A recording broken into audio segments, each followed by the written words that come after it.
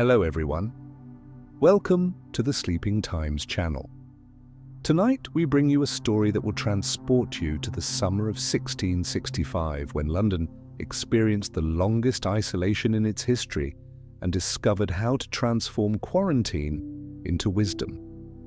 Imagine London with completely silent street, where families created intimacies that would last forever, where isolation became an invitation to explore uncharted inner worlds. What if I told you that during the Great Plague, people found ways to create beauty and connections that our era has lost forever? Discover how humanity transformed the limitations of confinement into opportunities for a more contemplative and connected life. If you enjoy stories that move you and make you reflect, don't forget to subscribe, leave a like, and hit the notification bell. Let me know in the comments where you're watching from and tell me, have you ever found peace in moments of isolation? Are you ready for this journey through 1665? So make yourself comfortable, relax, and prepare to discover how our ancestors transformed quarantine into wisdom. Now close your eyes and let me take you back to the summer of 1665.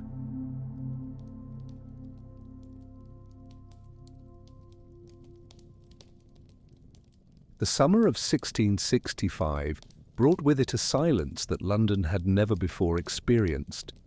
The streets that once echoed with the clatter of wooden carts over uneven cobblestones, the cries of street vendors hawking fresh bread and fish from the Thames, and the constant hum of a growing city now lay in a forced and solemn repose.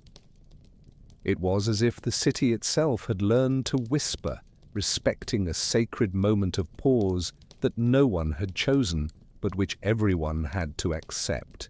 In the thick, irregular glass windows, typical of the Tudor architecture that still dominated many neighborhoods, pale faces occasionally appeared, observing the empty streets with a mix of curiosity and melancholy.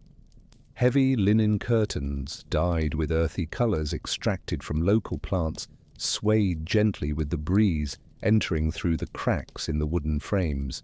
The scent of lavender and rosemary, herbs that families constantly burned in the belief that they would purify the air, created an almost mystical atmosphere in the residences. The church bells, which traditionally marked not only the hours but also important moments of community life, now rang with a somber and different frequency. Each chime seemed to carry the weight of silent prayers, whispered hopes, and a faith that strengthened precisely in moments of greatest uncertainty. The limestone towers, darkened by the soot from wood and coal stoves, rose like sentinels over a city that was learning to live in slow motion. In the homes of wealthier merchants, built with exposed oak beams and white stucco walls, families discovered completely new rhythms of coexistence. The main halls, decorated with tapestries imported from Flanders and hand-carved furniture, became settings for longer and deeper conversations. Time, which once rushed between commercial and social engagements, now stretched like golden honey, allowing each moment to be savored with an almost meditative attention. The kitchens, with their stone stoves and wide chimneys, transformed into true laboratories of culinary creativity. Without access to regular markets, housewives had to invent recipes with the ingredients they had at home: wheat flour stored in wooden barrels, crystallized honey in ceramic pots, dried herbs hanging in aromatic bundles. The process of preparing each meal became a meditation, a ritual that connected people with ancestral gestures of care and nourishment. The walled gardens, typical of London residences of the time, gained renewed importance. Among beds of cabbage, lettuce, and medicinal herbs, people found not only sustenance, but also a way to maintain a connection with the earth and natural cycles. The sound of water running in small stone fountains, the gentle hum of bees among the lavender flowers, and the rustling of oak leaves created a natural symphony that calmed anxious spirits. In private libraries, illuminated by the golden light filtering through diamond-paned windows, books found more constant and dedicated companionship. Leather-bound volumes with handmade paper pages and letters printed with still relatively new, movable type were handled with the tenderness of someone discovering hidden treasures. The characteristic smell of cured leather and printing ink mingled with the aroma of beeswax candles, creating an atmosphere that invited contemplation. Artisans' workshops, though closed for regular trade, remained active in the back of houses. The rhythmic sound of the hammer on metal, the soft creak of the potter's wheel, and the glide of the plane over wood created a comforting soundtrack of creative productivity. Each piece created during this period carried a special energy, as if imbued with the forced patience and introspection that characterized those unique days. The inner courtyards of the residences, protected by high red brick walls, became small sanctuaries of peace. There, among ceramic pots with aromatic plants and stone benches worn by time, families gathered at the end of the day for conversations that stretched until the first stars appeared in the sky. The soft light of oil lanterns created dancing shadows on the walls, transforming these spaces into almost theatrical settings of family intimacy. London's very air seemed different in those days. Without the constant smoke from forges, the intense smell of tanneries, and the dust raised by the incessant movement of people and animals, the city breathed more cleanly and deeply. One could smell the aroma of roses growing in private gardens, the fresh scent of rain on the cobblestone streets, and even the breeze coming from the Thames, carrying with it stories of distant places and simpler times. In the first weeks of isolation, London families developed rituals that transformed necessity into an art of living. Each morning began with the same meticulous care, opening windows to air out rooms, lighting aromatic candles made from beeswax and essential oils of thyme and rosemary, and preparing herbal infusions believed to strengthen the body against illness.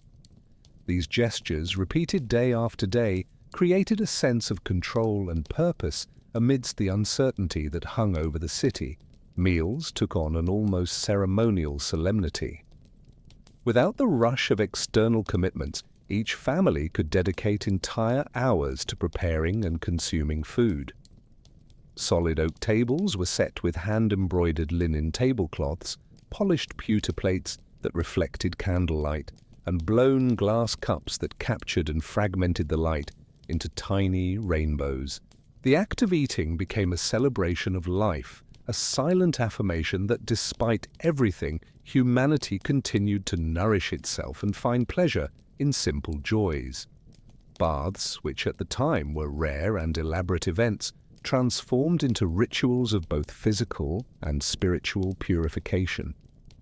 Large wooden tubs were filled with water, heated in cauldrons over the fire, perfumed with rose petals, mint leaves, and sea salt brought from the English coasts.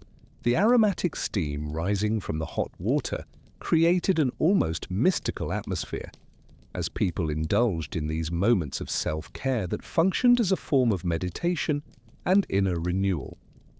Afternoons were dedicated to manual activities that calmed the mind and occupied the hands.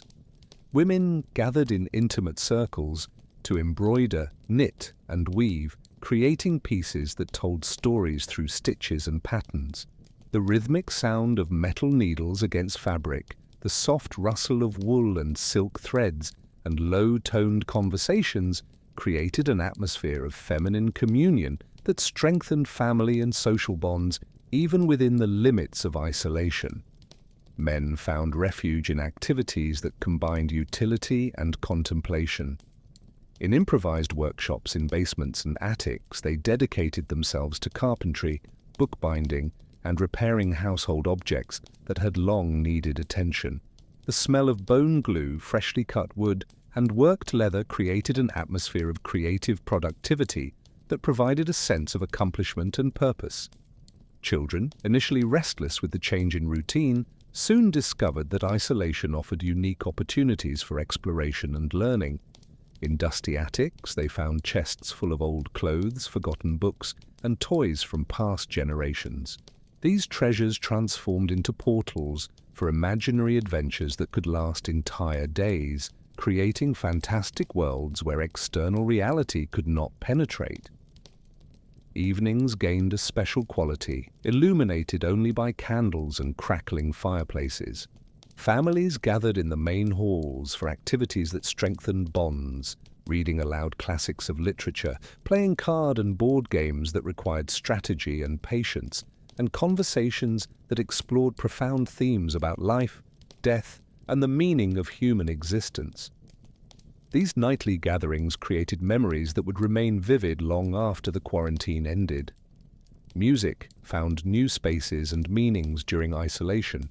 Instruments that were once played only on special occasions, carved wooden lutes, sweet flutes of different sizes, small portable organs, now filled homes with soft melodies that calmed spirits and uplifted hearts.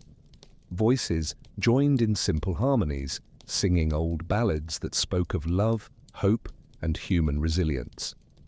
Correspondence became a refined art and a vital source of connection with the outside world. People dedicated hours to writing elaborate letters using sharpened goose quills and ink made from oak galls.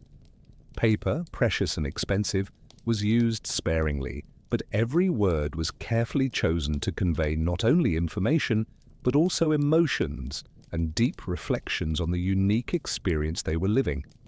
The inner gardens and home vegetable patches became laboratories of patience and hope. Planting seeds, watering seedlings, and observing the slow but steady growth of plants offered a powerful metaphor for life itself. Even in the most difficult periods, nature continued its eternal cycle of renewal and growth.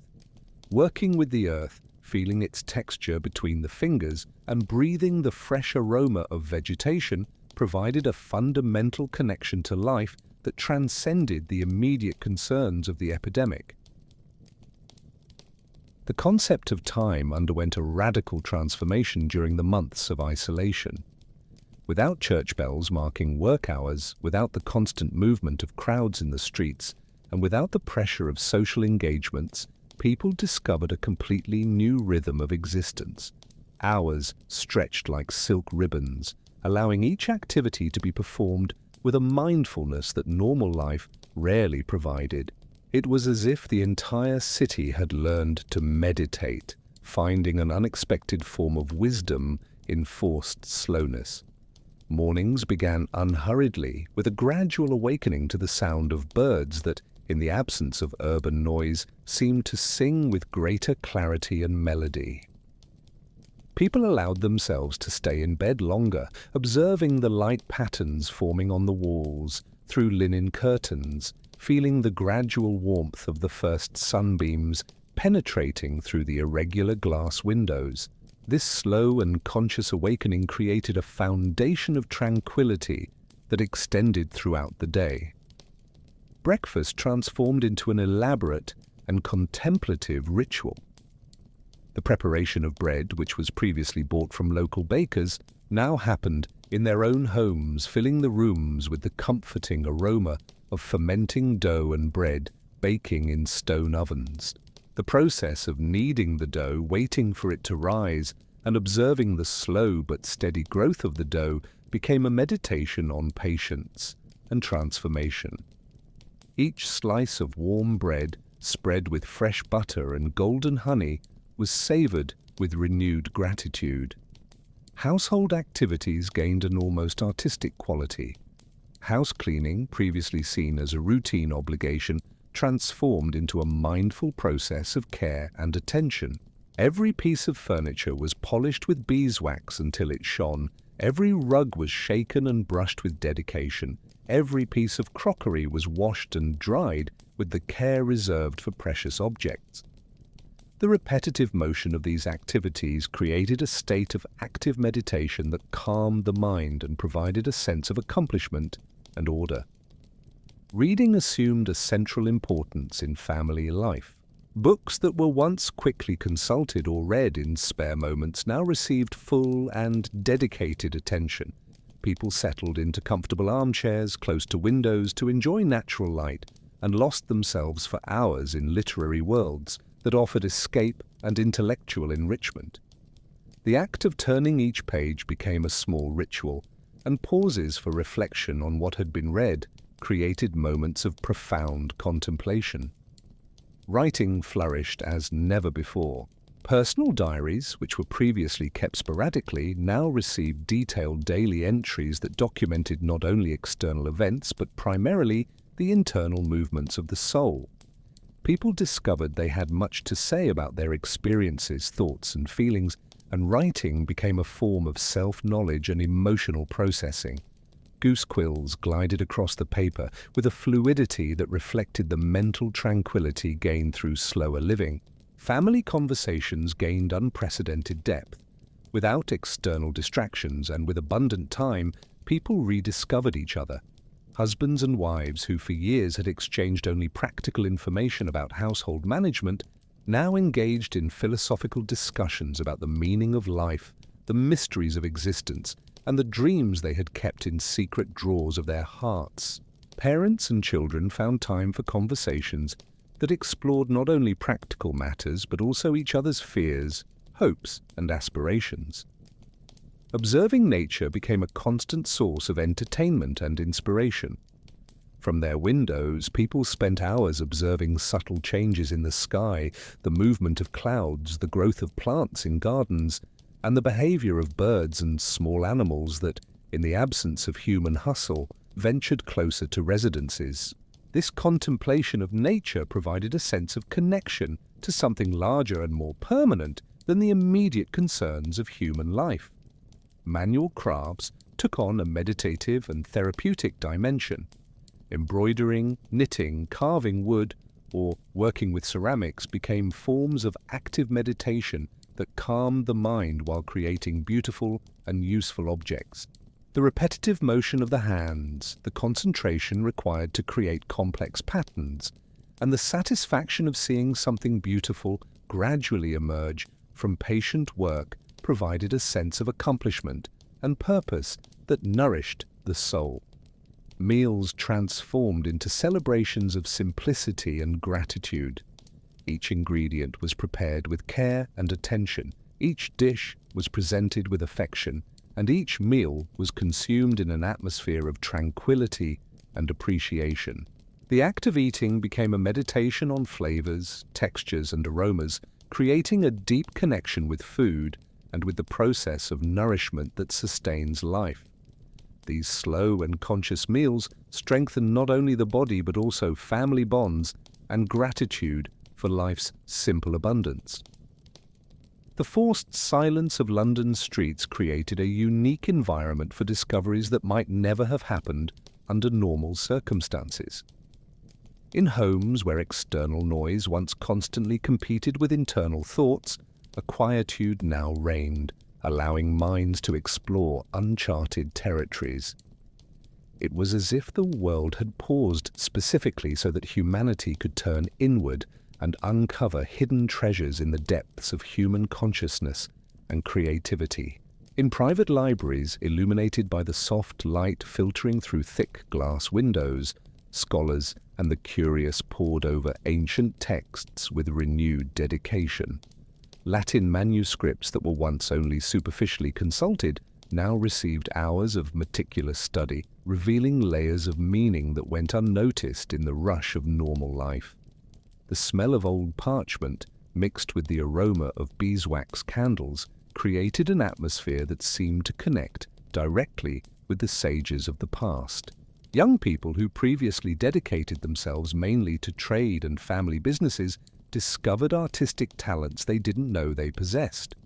With abundant time and simple materials, charcoal, chalk, paints made from natural pigments, they began to draw and paint, capturing not only the images they saw through their windows, but also the visions emerging from their imaginations, fueled by prolonged contemplation.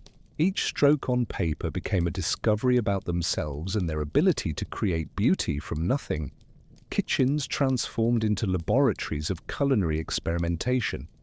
Without access to usual market ingredients, housewives had to improvise with what they had at home, leading them to discover entirely new flavor combinations. Herbs that were once used only medicinally revealed surprising gastronomic potential. Preservation and fermentation techniques, previously only superficially known, were explored in depth, resulting in foods with complex and unique flavors that became precious family discoveries. Amateur musicians, who once played only on social occasions, found in isolation the opportunity to develop their skills in a deeper, more personal way. Without the pressure of public performances, they could experiment freely, creating melodies that expressed the unique feelings of that historical period. The sound of lutes, flutes, and small organs echoed through the empty houses, creating intimate soundscapes that captured the emotional essence of the isolation experience. In home workshops, artisans discovered that the absence of commercial pressure unleashed their creativity in unexpected ways. Without the need to produce standardized pieces for immediate sale, they could experiment with new techniques, explore innovative designs, and create objects that were true artistic expressions. Each piece produced during this period carried a special energy, as if imbued with the introspection and creative freedom that characterized those unique days. Natural philosophers, the precursors of modern scientists, found in isolation the perfect opportunity for detailed observations and careful experiments. Without the distractions of social life, they could dedicate entire days to observing natural phenomena, meticulously recording data, and formulating theories that would later revolutionize human understanding of the world. The silence of the homes provided the ideal environment for the deep concentration required for high-quality intellectual work. Writers discovered that isolation fueled their imagination in surprising ways. Away from external influences and social expectations, they could explore themes and styles they might never have considered before. The intimate experiences of isolation, the fears, the hopes, the personal discoveries, became rich material for literary works that captured the human essence more authentically and profoundly than many works produced under normal circumstances. Amateur gardeners discovered that abundant time allowed for much more detailed observation of natural cycles. They began to understand the specific needs of each plant, growth patterns, and the complex interactions between different plant species. This knowledge, acquired through patient and careful observation, transformed simple gardens into complex and productive ecosystems that provided not only food but also beauty and connection with nature. Theologians and religious thinkers found in silence and solitude ideal conditions for deep spiritual contemplation. Away from the distractions of the outside world, they could dedicate themselves to meditation, contemplative prayer, and the study of scriptures with an intensity and focus rarely possible in normal life. These intensified spiritual practices led to insights and understandings that enriched not only their own inner lives, but also their ability to guide and comfort others during that difficult period. Even physically separated, people found creative and touching ways to maintain human connections that transcended the barriers imposed by isolation. The need for emotional proximity stimulated a social inventiveness that transformed limitations into opportunities for deeper and more meaningful types of communication. It was as if humanity had discovered that true intimacy did not depend on physical proximity, but on the genuine intention to reach out and touch another's heart. Letters became works of literary and emotional art. Each correspondence was carefully planned and executed, with people dedicating hours to choosing the right words, elegant calligraphy, and even the selection of paper and ink. Letters not only conveyed practical information but transformed into windows to the soul, revealing intimate thoughts, fears, hopes, and profound reflections on the unique experience everyone was living. The act of writing became a form of meditation, and receiving a letter, an event celebrated with the entire family. Neighbors separated only by garden walls developed ingenious communication systems. Small notes were tied to strings and passed over fences. Baskets with food and gifts were left in strategic locations, and conversations happened through open windows, with voices carrying not only words, but also all the affection and mutual concern. These simple interactions created a network of community support that strengthened social bonds even in the absence of direct physical contact. Families developed special rituals to maintain connection with distant relatives. At the same time each day, they gathered near windows facing the direction where their loved ones lived, lit special candles, and dedicated a few minutes to thoughts and prayers specifically directed at those people.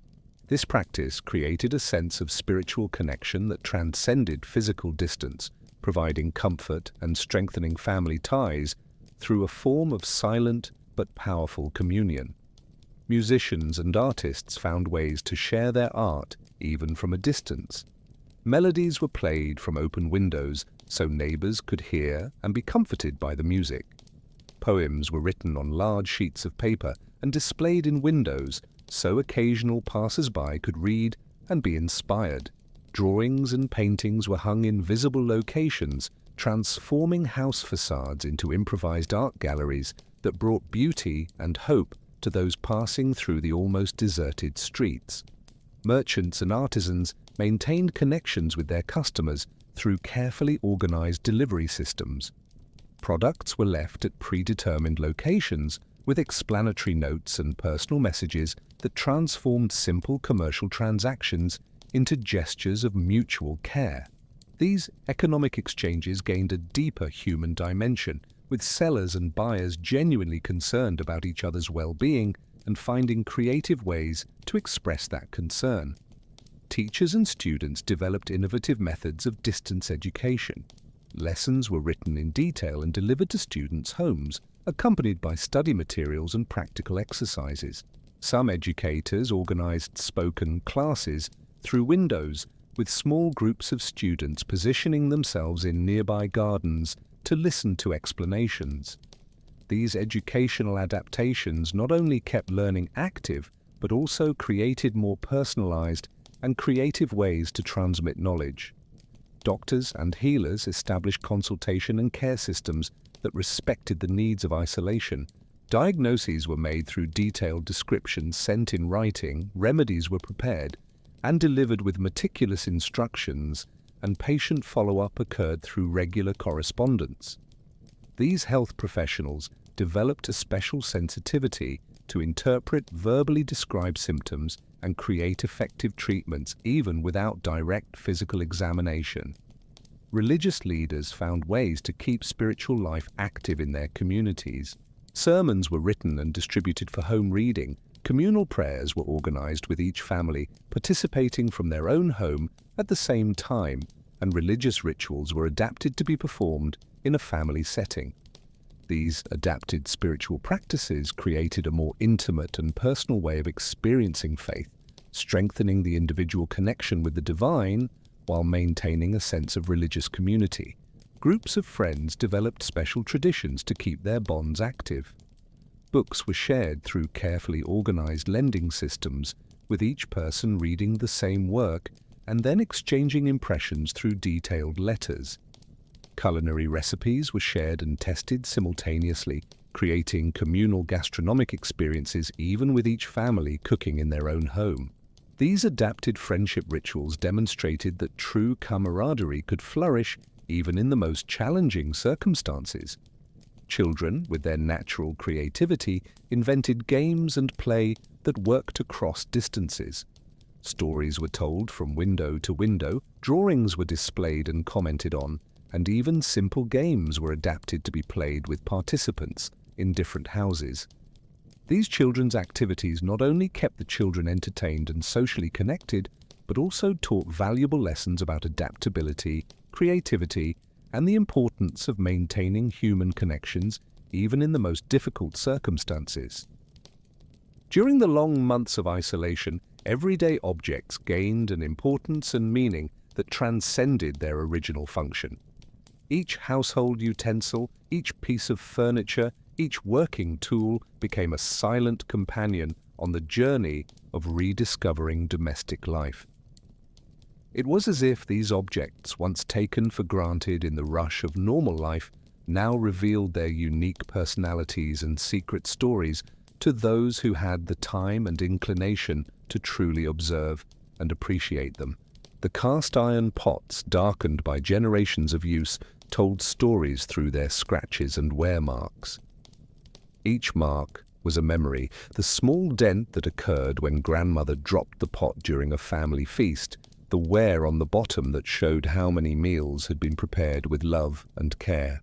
During isolation, these pots were polished with special attention, treated not just as utensils, but as family heirlooms that connected the present with the past and promised to continue serving future generations. The books on the shelves proved to be more intimate companions than many people had imagined. Each volume had its own personality, the cookbook with pages stained with ingredients and notes in the margins showing which dishes had been family favorites, the volume of poetry with yellowed pages and underlined verses that revealed the moments of inspiration of previous readers, the gardening manual with detailed illustrations that became a precious guide for cultivating the home gardens that gained importance during isolation. The carved wooden chairs positioned around family tables became silent witnesses to deeper and more meaningful conversations than they had seen in years. Each chair seemed to have its own personality. The patriarch's chair, with arms worn smooth by the resting of thoughtful elbows. The matriarch's chair, with the seat slightly lower from the weight of years of family dedication. The children's smaller chairs, with pencil marks and small carvings that told stories of afternoons of study and creative play. The polished metal mirrors, fogged by humidity and time, reflected not only faces but also inner transformations. During isolation, people spent more time observing themselves not out of vanity, but out of a renewed curiosity about themselves. Every wrinkle, every expression, every subtle change in appearance became an object of contemplation and acceptance. The mirrors transformed into portals to self-knowledge, reflecting not only physical appearance but also the spiritual and emotional growth that the period of introspection provided. The beeswax candles, which were once lit only when necessary, now burned constantly, creating an atmosphere of warmth and contemplation. Each candle had its own luminous personality. Some burned with tall, dancing flames that cast dramatic shadows on the walls. Others maintained small, constant flames that provided a soft, comforting light. The act of lighting a candle became a ritual of intention, marking special moments of the day and creating a sense of sacredness in domestic spaces. Musical instruments once stored in forgotten corners gained new life in the hands of people who finally had time to explore them properly. The light wooden lute, with strings that needed daily tuning, became a patient teacher of discipline and perseverance. The dark wooden recorder, simple but expressive, taught that beauty could emerge from simplicity when played with intention and care. Each instrument revealed musical secrets to those who dedicated themselves to understanding its unique language. Hand tools, hammers, saws, needles, looms, transformed into extensions of human hands and creativity. Each tool had its own rhythm and its own wisdom. The hammer taught about controlled strength and precision, the needle about patience and delicacy, the saw about perseverance and direction. During isolation, these tools were used not only for necessary repairs, but also for creative projects that expressed the human need to create and transform raw materials into beautiful and useful objects. Plates and tableware made of polished pewter and carved wood gained special dignity during the slower, more contemplative meals of isolation. Each plate was washed and polished with extra care. Each fork and knife was treated as a precious object that deserved respect and attention. The act of eating became a ceremony where each utensil played its role with elegance, transforming simple meals into celebrations of life and gratitude. Bed linens, woven from linen and wool, provided not only physical but also emotional comfort. During a period when people spent more time at home, the quality and care of the fabrics that touched the skin gained renewed importance. Each sheet was washed with lavender-scented soap, each blanket was aired in the sun when possible, and each pillow was prepared with aromatic herbs that promoted peaceful and restorative sleep. Sundials in gardens and hourglasses in homes took on an almost philosophical function, constantly reminding that time was a precious gift to be lived with consciousness and gratitude. During isolation, when time seemed to move differently, these temporal markers became objects of meditation on the transient nature of life and the importance of valuing each present moment. They taught that even in the most difficult periods, time continued its constant flow, promising that all situations, however challenging, would eventually pass. The walled gardens of London residences transformed into complete and self-sufficient universes during the period of isolation. These spaces, previously visited only occasionally to gather herbs or enjoy leisure moments, now became sanctuaries of life and renewal, where every plant, every flower bed, every shaded corner gained vital importance in maintaining the emotional and spiritual balance of families.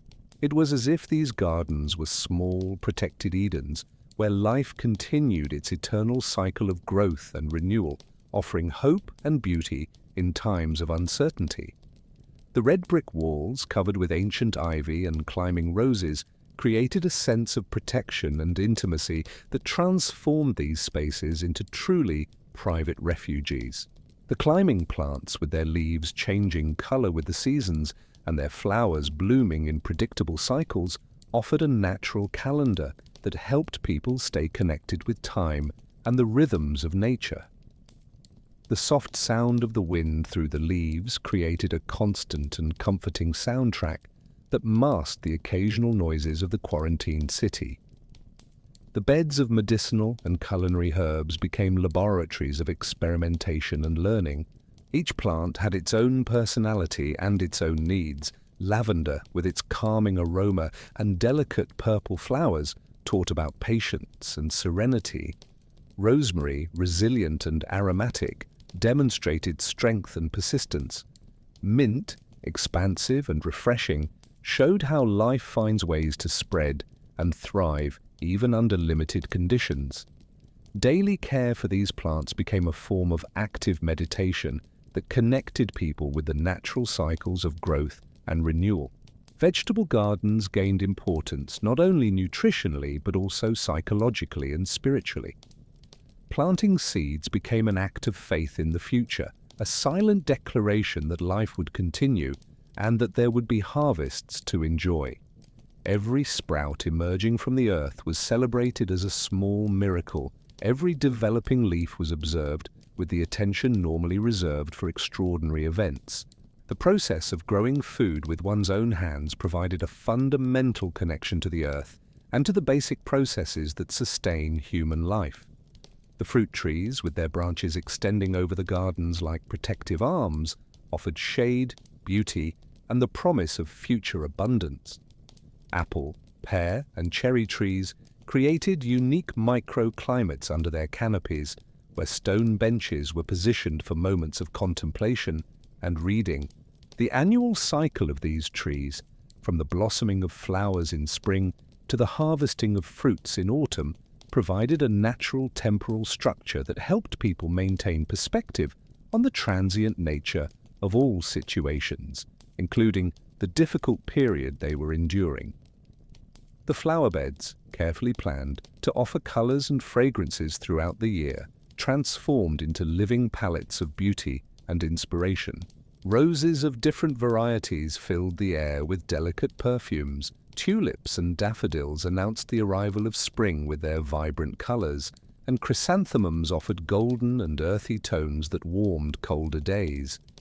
Each blooming flower was received as a special gift, and the act of creating floral arrangements to decorate homes became an art form that brought the garden's beauty into every room of the residence.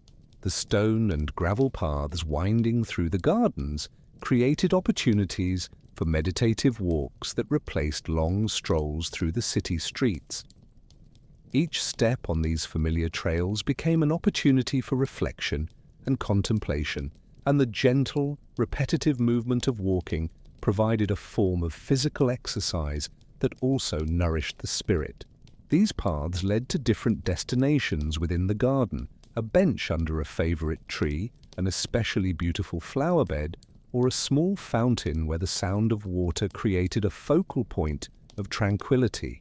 Fountains and small water features, fed by simple rainwater harvesting systems, became centers of meditation and contemplation. The gentle sound of running water created an atmosphere of peace that masked external noises and provided a focus for the mind during moments of silent reflection. The water's surface reflected the sky, clouds, and surrounding plants, creating a mirrored world that invited contemplation on the nature of reality and perception. Composting and organic material recycling areas taught valuable lessons about natural cycles and sustainability. Food scraps, fallen leaves, and other organic materials were transformed into rich, nutritious soil through natural decomposition processes. This cycle of transformation offered a powerful metaphor for life itself. Even in moments of apparent end or loss, there was always the potential for renewal and growth. Working with compost became a way to actively participate in the natural cycles of death and rebirth. The secret and hidden nooks of the gardens, small recesses protected by dense shrubs or hidden behind plant-covered trellises, became special refuges for moments of solitude and introspection. These intimate spaces, perhaps furnished only with a simple bench or a smooth stone for sitting, offered opportunities for the silent contemplation that was essential for mental well-being during isolation. There, protected from gazes and distractions, people could connect deeply with themselves and with the nature that surrounded them. As the sun set over London and shadows lengthened across the empty streets, homes transformed into small, intimate theatres illuminated by the golden, dancing light of candles. Night during isolation gained a special, almost magical quality, where time seemed to move even slower, and every moment was imbued with a profound tranquility that invited reflection and contemplation. It was as if the external darkness created a protective cocoon around each family, allowing inner life to flourish with an intensity and richness rarely experienced in the hustle and bustle of normal life. Preparation for the night became an elaborate and comforting ritual. Each candle was lit with intention and care, creating small islands of light that transformed familiar rooms into almost sacred spaces. Beeswax candles, scented with essential oils of lavender and rosemary, not only illuminated the surroundings but also filled the air with fragrances that calmed nerves and prepared the mind for rest. The act of lighting each candle became a small ceremony that marked the transition from day to night and created an atmosphere of peace and introspection. The main halls of the houses, furnished with leather armchairs and solid oak tables, became perfect settings for family gatherings that stretched for hours. The soft candlelight created dancing shadows on the walls, transforming familiar faces into studies of light and shadow that revealed nuances of expression normally imperceptible. These nightly gatherings did not follow rigid agendas but flowed naturally from one activity to another. Deep conversations, reading aloud, card games, or simply the shared silence of people who felt comfortable in each other's presence. Reading aloud became one of the most cherished activities of isolation nights. Books of adventure, poetry, philosophy, and history were carefully chosen to provide entertainment, education, and inspiration. The reader's voice, modulated by the soft candlelight, created an almost hypnotic atmosphere that transported listeners to other worlds and other times. Every word was savored, every pause was meaningful, and every finished chapter left the family eager for the continuation the next night. Board games gained renewed social and educational importance. Chess, checkers, cards, and other traditional games provided entertainment that also exercised the mind and strengthened family bonds. Each game became a small adventure, with strategies discussed, moves celebrated or lamented, and victories and defeats accepted with good grace. These games taught patience, strategy, and fair play, while creating family memories that would last long beyond the period of isolation. Music took on a special quality on candlelit nights. Instruments that were casually played during the day now received dedicated and reverent attention. The sound of a lute or a recorder echoed through the silent rooms, creating atmospheres that ranged from melancholic to joyful, from contemplative to celebratory. Entire families gathered to sing traditional ballads, creating simple but touching harmonies that expressed collective feelings of hope, longing, and resilience. Nightly conversations gained a depth and intimacy rarely possible in normal life. Without external distractions and with abundant time, people rediscovered themselves as conversationalists and listeners. Topics that were normally avoided or treated superficially were now explored with care and attention. Dreams for the future, memories of the past, fears and hopes, questions about the meaning of life and death. These conversations, conducted in the soft candlelight, created an intimacy that strengthened family bonds and provided deeper mutual understanding.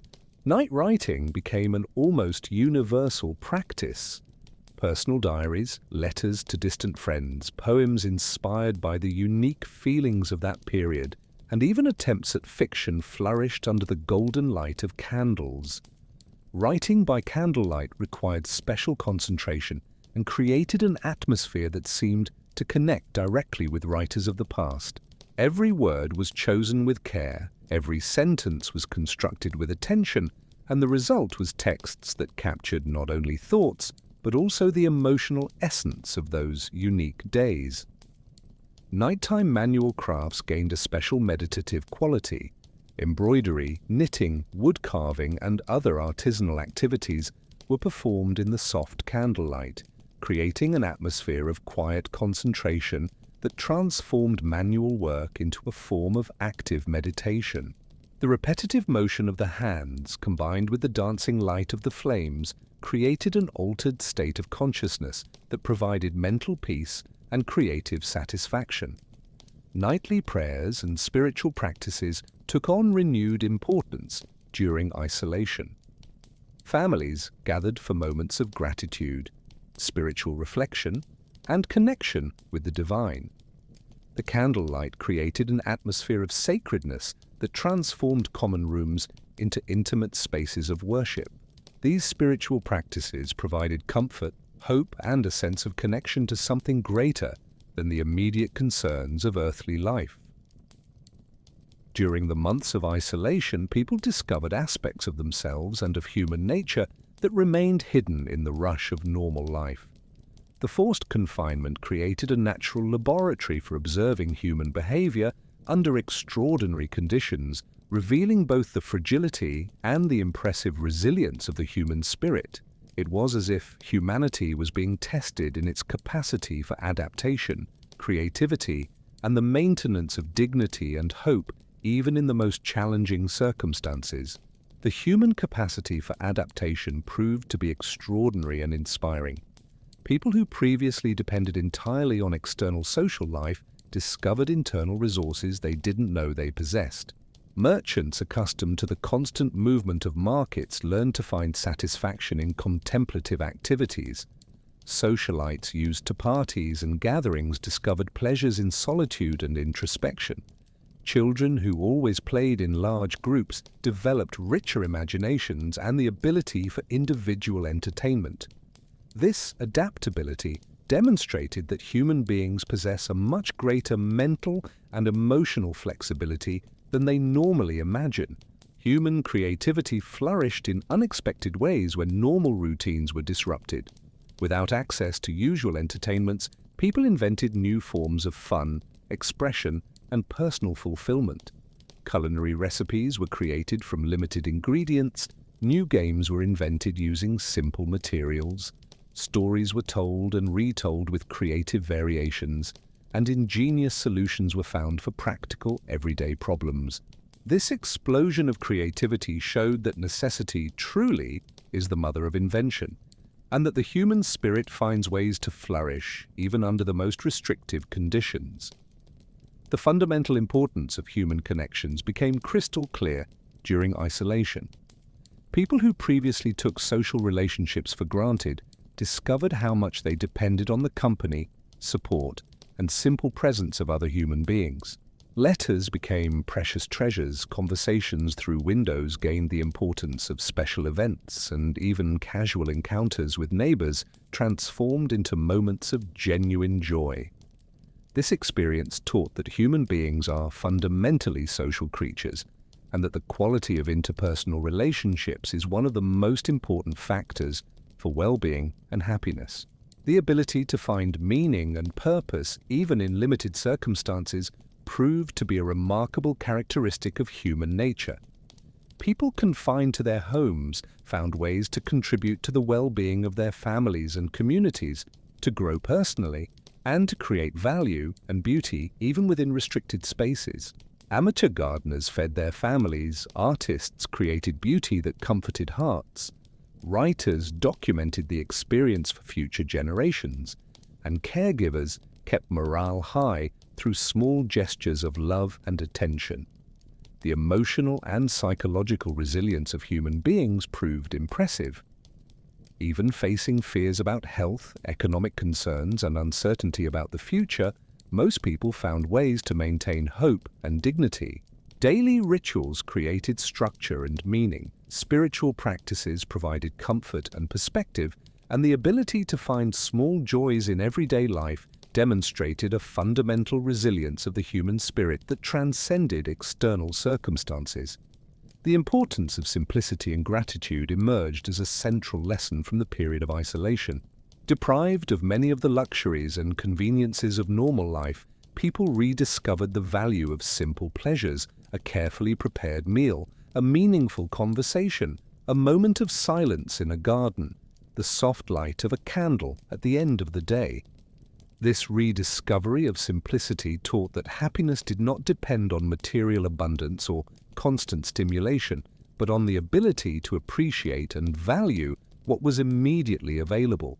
The strength that emerges from shared vulnerability became evident as people discovered that admitting fears and uncertainties, far from being a sign of weakness, created deeper and more authentic connections with others. Families who previously avoided discussions about difficult topics found that emotional honesty strengthened their bonds. Neighbors who previously maintained superficial relationships developed genuine friendships based on mutual support, and entire communities united around the shared experience of facing common challenges. The human capacity to maintain hope and a vision for the future, even in uncertain circumstances, proved to be one of the most admirable characteristics of human nature. People planted gardens that would only bear fruit months later, wrote letters to be delivered when isolation ended, made plans for future gatherings, and maintained family traditions in the expectation that normal life would eventually return. This ability to live in the present while maintaining faith in the future demonstrated a profound wisdom about the transient nature of all situations. The discovery that personal growth and positive transformation could emerge even from difficult experiences became one of the most valuable lessons of the period. Many people reported that despite the difficulties, isolation had taught them important things about themselves, about their priorities, and about what truly mattered in life. Relationships were strengthened, hidden talents were discovered, spiritual practices were deepened, and a renewed appreciation for simple life was cultivated. This ability to transform adversity into growth showed that human beings possess a remarkable ability to find light even in the deepest darkness. As the months of isolation stretched on, a subtle yet profound transformation began to manifest in London's collective consciousness. People were no longer the same as when they entered quarantine. They had been shaped by a unique experience that taught them lessons about life, death, community, and meaning that no formal education could provide. It was as if the entire city had undergone a process of initiation, emerging with a deeper wisdom about what truly matters in human existence, and about the extraordinary capacity for adaptation and growth that resides in the heart of every person. The relationship with time had been fundamentally altered. People who once lived in constant haste discovered the value of contemplative slowness. The concept of productivity was redefined to include not only the creation of material goods but also the cultivation of inner peace, the strengthening of relationships, and the development of skills and knowledge that nourish the soul. This new understanding of time created a more balanced approach to life, where moments of action were balanced with periods of reflection, and where success was measured not only by external achievements, but also by personal growth and emotional well-being. The appreciation for simplicity became an enduring philosophy of life. Families who had rediscovered the joy of home-cooked meals, long conversations around the table, and quiet candlelit evenings no longer wanted to fully return to the frantic rhythms of their former lives. They had learned that genuine happiness did not depend on constant stimulation or material acquisition, but on the ability to find contentment and meaning in the simple and authentic experiences of everyday life. The importance of genuine human connections had been deeply etched into everyone's consciousness. Superficial relationships based solely on social convenience lost their appeal, while friendships and family ties based on mutual support, understanding, and genuine affection gained invaluable worth. People learned to distinguish between quantity and quality in social relationships, preferring a smaller circle of authentic connections to a wide network of superficial acquaintances. Creativity had been democratized and integrated into daily life. People who previously considered themselves unartistic discovered that everyone possesses creative capacities that can be developed and expressed in unique ways. Art ceased to be seen as the privilege of a talented few, and came to be understood as a fundamental human need that can be satisfied through simple activities like cooking with imagination, decorating the home with care, writing thoughts in diaries, or finding creative solutions to everyday problems. Spirituality, regardless of specific religious beliefs, had deepened through the shared experience of confronting mortality and uncertainty. Many people developed practices of gratitude, meditation, and contemplation that connected them with something greater than their immediate concerns. This practical spirituality was not necessarily dogmatic, but emerged from the direct experience of finding peace and meaning through introspection and connection with nature and other human beings. The understanding of human interdependence had become visceral and undeniable. Isolation paradoxically taught that no one is truly independent and that individual well-being is intimately connected with the well-being of the community. This awareness created a renewed sense of social responsibility and a desire to contribute to the common good, not out of abstract moral obligation, but out of a practical understanding that personal and collective flourishing are inseparable. The ability to find joy and beauty, even in difficult circumstances, had become a consciously cultivated skill. People learned that happiness is not a state dependent on perfect external conditions, but an internal capacity that can be developed through the practice of mindfulness, gratitude, and the conscious choice to focus on what is positive and constructive in any situation. The wisdom about the transient nature of all experiences, both difficult and pleasant, provided a more balanced perspective on life's ups and downs. People learned that just as isolation would eventually end, all situations in life are temporary. This understanding brought both comfort during difficult times and a deeper appreciation for good moments, knowing that they too must be cherished while they last. Confidence in the human capacity for adaptation and growth had been strengthened through the direct experience of overcoming challenges that initially seemed impossible. This confidence was not based on naive optimism, but on concrete evidence that human beings possess extraordinary internal resources that can be accessed when needed. This discovery created a solid foundation of self-confidence and resilience that would serve people well in future life challenges. Finally, the understanding that growth and positive transformation can emerge from the most difficult experiences became a source of lasting hope. People had lived proof that they are not passive victims of circumstances, but active participants in creating meaning and value, even in the most challenging situations. This wisdom transformed how they would approach future difficulties, not as catastrophes to be avoided, but as potential opportunities for growth, learning, and deepening their understanding of life. When we look back across the centuries that separate us from that summer of 1665, we can see that the lessons learned during that period of isolation echo through time with surprising and touching relevance. The people of that era, facing their fears and uncertainties with courage and creativity, left us a legacy of wisdom on how to find meaning, beauty, and connection even in the most challenging circumstances. Their experiences remind us that the human capacity for adaptation, growth, and the discovery of joy does not depend on perfect external conditions, but on the willingness to embrace each moment with presence, gratitude, and openness to learning. The quarantine of 1665 teaches us that moments of forced pause, however difficult they may be, can become precious opportunities to rediscover what truly matters in life. Just as those London families found hidden treasures in their own homes, relationships, and creative abilities, we too can use periods of quietude and introspection to explore the riches we already possess, but which often go unnoticed in the rush of modern life. The experience of those people reminds us that genuine happiness does not reside in constant stimulation or the acquisition of more things, but in the ability to deeply appreciate what is immediately available: a meaningful conversation, a carefully prepared meal, the beauty of a flower in the garden, the soft light of a candle at the end of the day. This wisdom about simplicity remains relevant in our era of material abundance, but frequent spiritual poverty.